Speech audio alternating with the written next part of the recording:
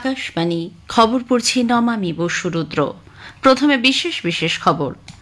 প্রধানমন্ত্রী নরেন্দ্র মোদী ৯৮তম অখিল ভারতীয় মারাঠি সাহিত্য সম্মেলনে যোগ দিয়ে বলেছেন, ভাষা যে শুধুমাত্র যোগাযোগের মাধ্যম তাই নয়, এটি সংস্কৃতির ধারক ও বাহক বটে। কেন্দ্রীয় স্বরাষ্ট্র ও সমবায় মন্ত্রী অমিত শাহ আজ মহারাষ্ট্রের পুনেতে পশ্চিমাঞ্চলীয় পরিষদের ২৭তম বৈঠকে সভাপতিত্ব করবেন। প্রধানমন্ত্রী আগামীকাল আকাশবাণীতে মন কি বাত অনুষ্ঠানে দেশ বিদেশের মানুষের সঙ্গে তাঁর চিন্তাভাবনা ভাগ করে নেবেন। উত্তরপ্রদেশের প্রয়াগরাজে মহাকুম্ভের ত্রিবেণী সঙ্গমে এ পর্যন্ত ৫৯,৩১,০০,০০০ বেশি ভক্ত পুণ্যস্নান করেছেন। এদিকে বিপুল পুণ্যার্থী সমাগমের প্রেক্ষিতে উত্তরপ্রদেশ শিক্ষা পর্ষদ আগামী সোমবার প্রয়াগরাজের প্রার্থীদের জন্য হাইস্কুল ও ইন্টারমিডিয়েট পরীক্ষা স্থগিত করে দিয়েছে। চ্যাম্পিয়ন্স ট্রফি ক্রিকেটে আজ অস্ট্রেলিয়া খেলবে ইংল্যান্ডের বিরুদ্ধে। আসছে বিস্তারিত খবরে। প্রধানমন্ত্রী নরেন্দ্র মোদী বলেছেন, ভাষা যে শুধুমাত্র যোগাযোগের মাধ্যম তাই নয়, এটি সংস্কৃতির ধারক ও বাহকও বটে। তিনি গতকাল নতুন দিল্লিতে ৯৮তম অখিল ভারতীয় মারাঠি সাহিত্য সম্মেলনের উদ্বোধন করে ভাষণ দিচ্ছিলেন। শ্রী মোদী আরও বলেন, যেই ভাষার জন্ম সমাজে, সেই সমাজ গঠনেই আবার তা গুরুত্বপূর্ণ ভূমিকা পালন করে। মারাঠি ভাষা ও সাহিত্যের উল্লেখ করে প্রধানমন্ত্রী বলেন, সমাজের নির্যাতিত ও বঞ্চিত শ্রেণীর সামাজিক মুক্তির দরজা উন্মুক্ত করে দেওয়ার ক্ষেত্রে এগুলির গুরুত্ব অপরিসীম। ভারতীয় ভাষার একে অপরের মধ্যে কোনো রকম বিবাদ বা বিরোধিতা নেই, বরং সেগুলি একে অপরকে সমৃদ্ধ করছে বলেও প্রধানমন্ত্রী উল্লেখ করেছেন। भारतीय भाषाओं में कभी कोई आपसी वैर नहीं रहा।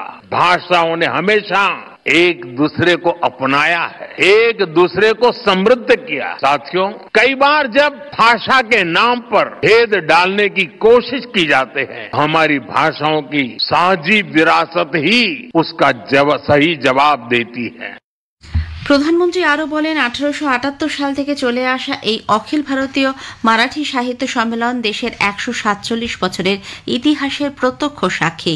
বর্তমানে দেশ যখন ছত্রপতি শিবাজী মহারাজের রাজ্যাভিষেকের ৩৫০ বছর এবং পূর্ণশ্লোক অহিল্যাবাই হোলকারের ৩০০ বছরের জন্মজয়ন্তী পালন করছে, তখন এই সম্মেলন আরও বেশি তাৎপর্যপূর্ণ।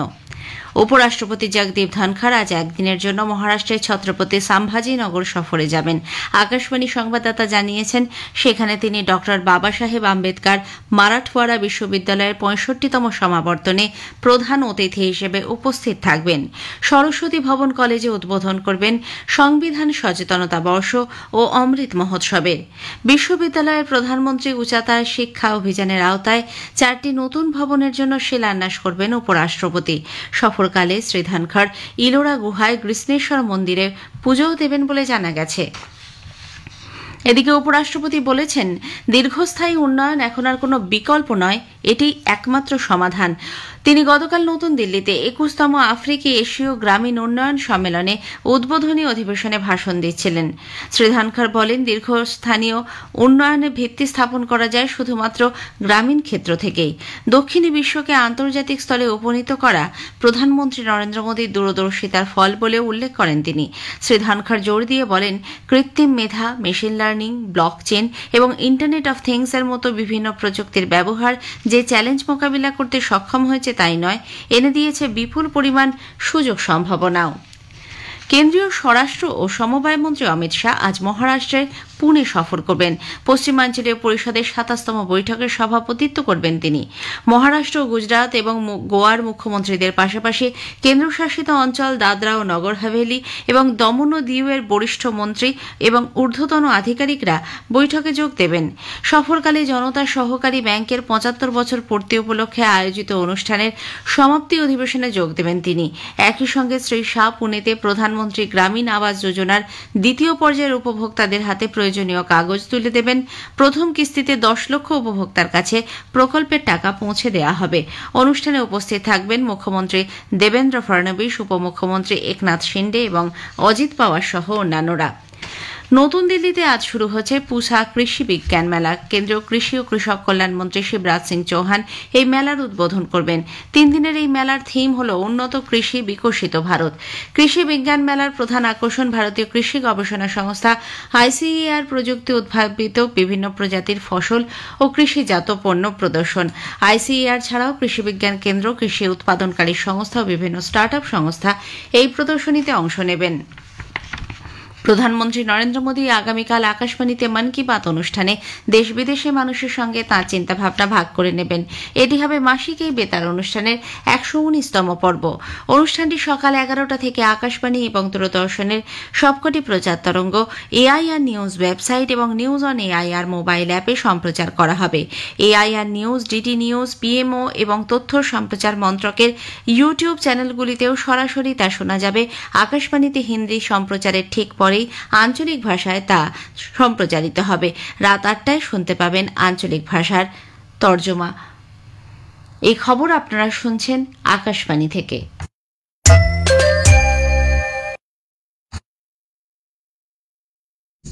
এবার মহাকুম্ভের খবর।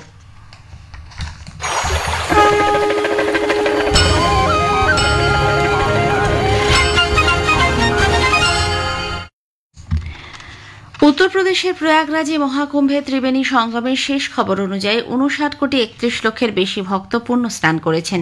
প্রতিদিনই বিশ্বের বিভিন্ন প্রান্ত থেকে লক্ষাধিক পুণ্যার্থী এই বিরাট উৎসবে যোগ দিতে আসছেন। আকাশবাণীর সংবাদদাতা জানাচ্ছেন, গতকাল একদিনে বহু বিশিষ্ট ব্যক্তি সহ প্রায় 1,28,00,000-এর মতো পুণ্যার্থী সঙ্গমে স্নান সেরেছেন। অসমের মুখ্যমন্ত্রী হেমন্ত বিশ্ব শর্মা, বিহারের উপমুখ্যমন্ত্রী সম্রাট চৌধুরী, কেন্দ্রীয় মন্ত্রী সিআর পাতিল গতকাল মেলায় পুণ্য স্নান করেন। আজ কেন্দ্রীয় মন্ত্রী, বিজেপির সর্বভারতীয় সভাপতি জেপি নাড্ডা সঙ্গমে স্নান করবেন। রাজ্যের মুখ্যমন্ত্রী যোগী আদিত্যনাথ তাঁর সঙ্গে থাকবেন। উল্লেখ্য, আগামী 26শে ফেব্রুয়ারি শেষ হবে এই মহাকুম্ভ মেলা।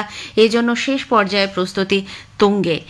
অন্যদিকে মহাকুম্ভ মেলায় বিপুল পুণ্যার্থী সমাগমের প্রেক্ষিতে উত্তরপ্রদেশ শিক্ষা পর্ষদ আগামী সোমবার 24শে ফেব্রুয়ারি প্রয়াগরাজের প্রার্থীদের জন্য হাই স্কুল ও ইন্টারমিডিয়েট পরীক্ষা স্থগিত করে দিয়েছে। উত্তরপ্রদেশ মাধ্যমিক শিক্ষা বিভাগের যুগ্ম সচিব অশোক কুমার গতকাল এই মর্মে নোটিশ জারি করেন। পরবর্তী সূচি অনুযায়ী পরীক্ষা নেওয়া হবে আগামী 9 মার্চ। প্রয়াগরাজে মহাকুম্ভে ভক্তি, বিশ্বাস এবং আধ্যাত্মিকতার পাশাপাশি শিক্ষাকে বিশেষ গুরুত্ব দেওয়া হয়েছে।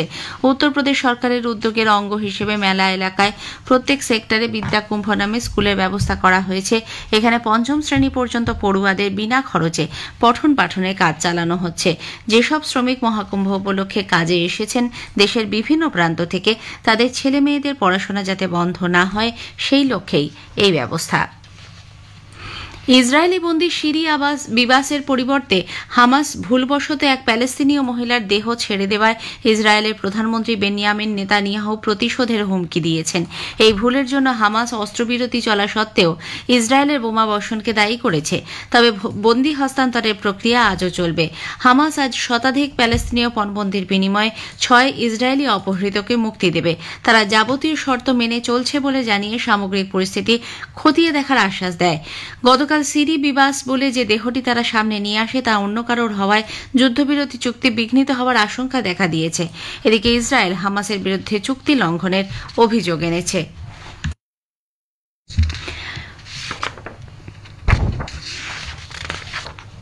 জম্মু কাশ্মীরের রিয়াসি জেলা থেকে হিজবুল মুজাহিদিনের এক জঙ্গিকে গ্রেপ্তার করা হয়েছে। 18 বছর ধরে তার সন্ধানে তল্লাশি চলছিল।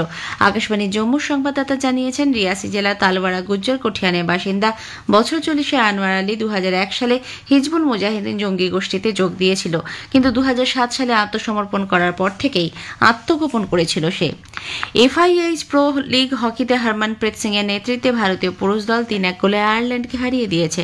ভুবনেশ্বরের কলিঙ্গ স্টেডিয়ামে গত রাতে এই ম্যাচের 8 মিনিটের মাথায় আয়ারল্যান্ডের হয়ে গোল করেন জেরেমি ডাঙ্কান। পরে ভারতের মনদীপ সিং, জার্মানপ্রীত সিং ও শুভজিৎ সিং গোল শোধ করে দলকে জয় এনে দেন। আজও দুটি দল পরস্পরের মুখোমুখি হবে। খেলা শুরু হবে সন্ধ্যে 7:30টায়।